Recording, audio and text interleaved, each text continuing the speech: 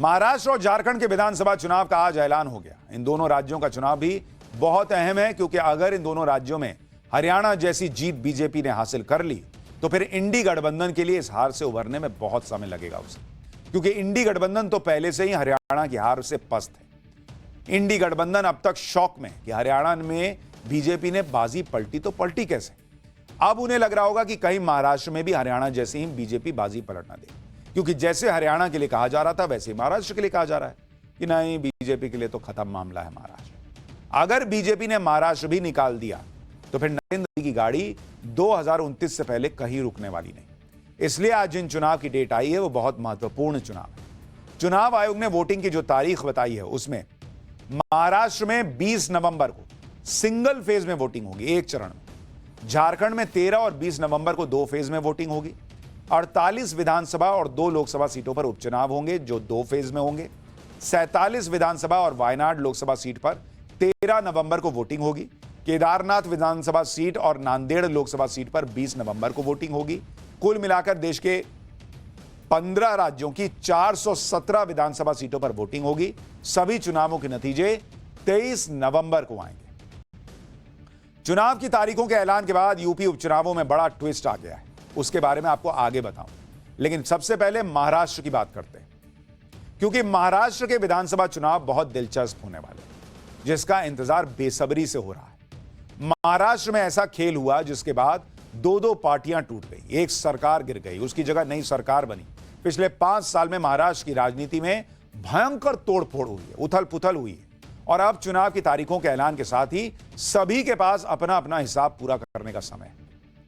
हालांकि इमोशन अपनी जगह है, इलेक्शन अपनी जगह, माहौल और मैनेजमेंट में अंतर होता है, और यह अंतर हरियाणा में दिख चुका है।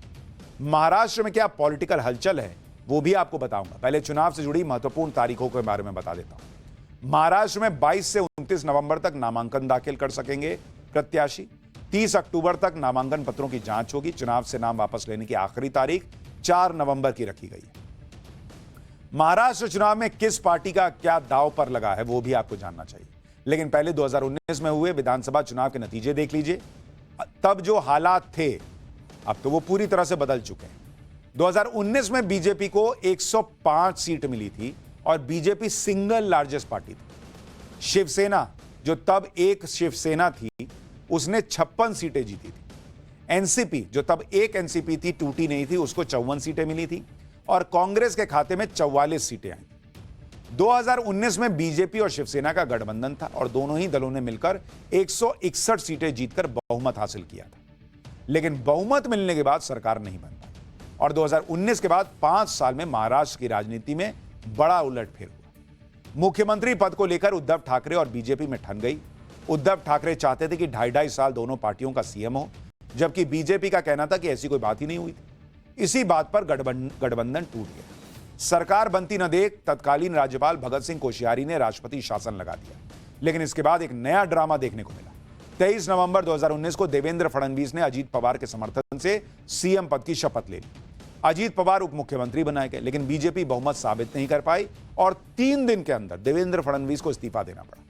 इधर उद्धव ठाकरे अलग ही रणनीति बना रहे थे। उद्धव ठाकरे ने कांग्रेस और एनसीपी के साथ मिलकर महाविकास अघाड़ी सरकार बना ली और 28 नवंबर 2019 को उद्धव ने सीएम पद की शपथ ली, लेकिन वो 18 महीने ही मुख्यमंत्री रह पाए। शिवसेना नेता एकनाथ शिंदे ने उद्धव के खिलाफ बगावत कर दी और 40 विधायकों के साथ मिलकर शिवसेना ही तोड़ दी। एकनाथ शिंदे शिवसेना विधायकों के साथ गुजरात से लेकर गुवाहाटी तक घूमते रहे। इधर बहुमत खोने के बाद उद्धव ठाकरे ने 29 जून 2022 को इस्तीफा दे दिया। इसके बाद एकनाथ शिंदे ने बागी विधायकों के साथ बीजेपी से गठबंधन किया और 30 जून 2022 को मुख्यमंत्री बने। 1 साल बाद महाराष्ट्र में फिर से घमासान हुआ। अजीत पवार ने एनसीपी के 35 से ज्यादा विधायकों के साथ बगावत की। अजीत पवार ने बीजेपी और एकनाथ शिंदे गठबंधन से हाथ मिला लिया। अजीत पवार उप मुख्यमंत्री बनाए गए। यानी शिवसेना और एनसीपी दोनों ही पार्टियां टूटी। पार्टी के नाम और चुनाव निशान को लेकर भी कोर्ट से लेकर चुनाव आयोग तक लंबी लड़ाई चली। अंत में एकनाथ शिंदे को शिवसेना का नाम और सिंबल मिल गया। उद्धव गुट की शिवसेना का नाम शिवसेना यूबीटी रखा गया। इसी तरह से एनसीपी का नाम और सिंबल अजीत पवार को मिला, जबकि शरद पवार गुट की पार्टी को एनसीपी शरद पवार का नाम मिला। जिस राज्य की राजनीति में आप सोचिए इतना ड्रामा हो चुका है पिछले 4-5 साल में, वहां चुनाव कितना दिलचस्प होगा। इतने राजनीतिक ड्रामे के बाद आज की तारीख में महाराष्ट्र में किसके पास कितनी सीट है वो भी आपको बताता हूं। एनडीए में बीजेपी के पास आज की डेट में 103 विधायक, शिवसेना शिंदे गुट के पास 37 एमएलए हैं, एनसीपी शरद पवार के पास 39 विधायक हैं और अन्य दलों के 22 विधायक हैं। यानी कुल मिलाकर एनडीए के पास आज की डेट में 201 विधायकों का नंबर है।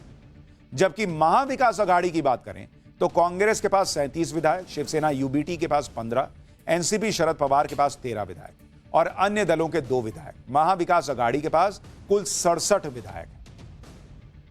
चुनौतियां सभी दलों के सामने। हाल ही में हुए लोकसभा चुनाव में महाराष्ट्र में मतदाताओं ने गजब फैसला सुनाया, जिससे बीजेपी की टेंशन बढ़ गई। अब 2024 के लोकसभा चुनाव में बीजेपी को 9 सीट मिली, उसे 14 सीट का नुकसान। आपको यह हिसाब समझाता हूं कि लोकसभा चुनाव को अगर विधानसभा के सीटों में कन्वर्ट करें तो आज की डेट में किसका पलड़ा भारी दिखता है। तो 2024 में अगर आप देखिएगा, ये लोकसभा का आपको बता रहा हूं, लोकसभा में बीजेपी को कितनी सीट आई थी? बीजेपी को आई थी 9 सीट माइनस 14 सीट का उसको नुकसान हुआ था।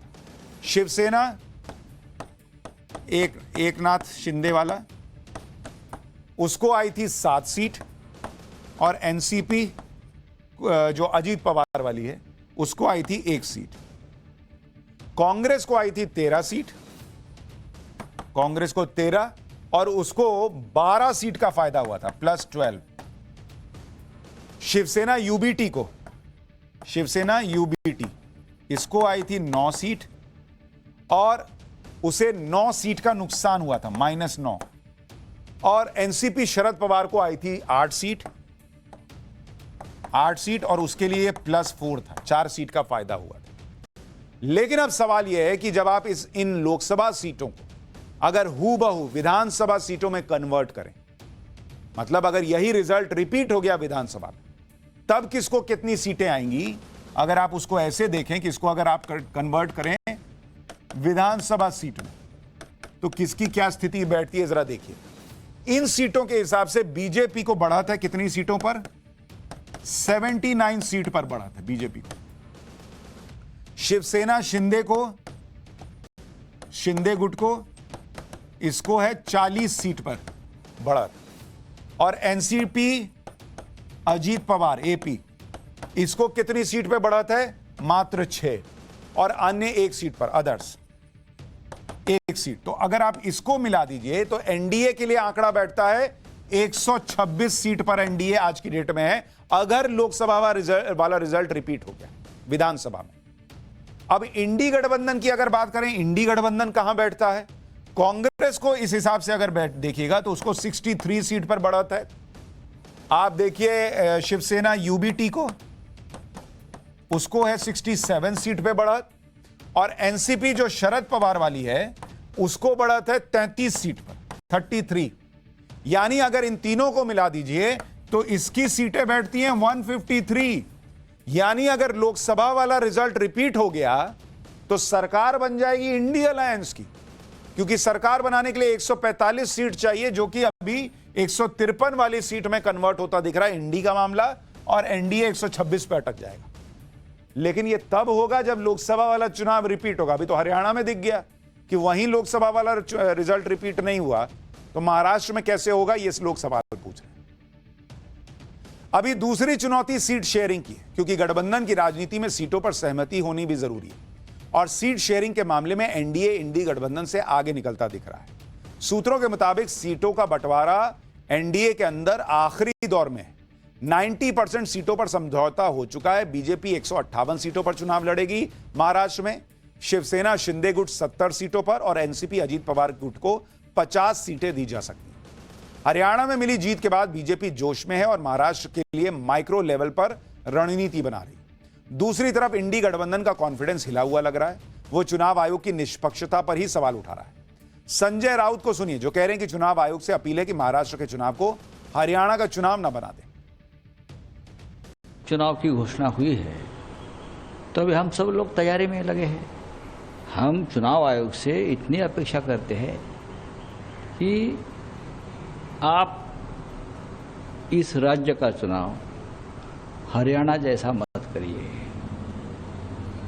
हरियाणा में जो हुआ है पूरी देश की जनता देख रही है, चाहे ईवीएम हो, चाहे पोस्टल बैलेट हो, चाहे जो सत्ताधारी पार्टी की जो सब सामने आई है बातें, महाराष्ट्र में ज़्यादा हो रहा है, पैसों का खेल चलेगा, पुलिस का और यंत्रणा का भी मिसयूज होगा। तो ये सब चुनाव आयोग अपने आप को अगर निष्पक्ष मानती है, अपने आप को मानती है, हम नहीं मानते, तो आपको ये करना पड़ेगा। ये वही संजय राउत हैं, जब हरियाणा का रिजल्ट आया था तो इन्होंने स्टेटमेंट दिया था कि कांग्रेस ओवर कॉन्फिडेंस में रह गई, अपने साथियों को सीटें नहीं दी और बीजेपी ने गजब का वहां काम। अब महाराष्ट्र में अभी अनाउंस ही हुआ है डेट और इन्होंने दिमाग में भरना शुरू कर दिया कि भैया देखो यहां तो इलेक्शन कमीशन हरियाणा जैसा हाल करेगा तो गड़बड़ हो। यही इन लोगों की दिक्कत। खैर, इन चुनावों से जुड़े हुए चैप्टर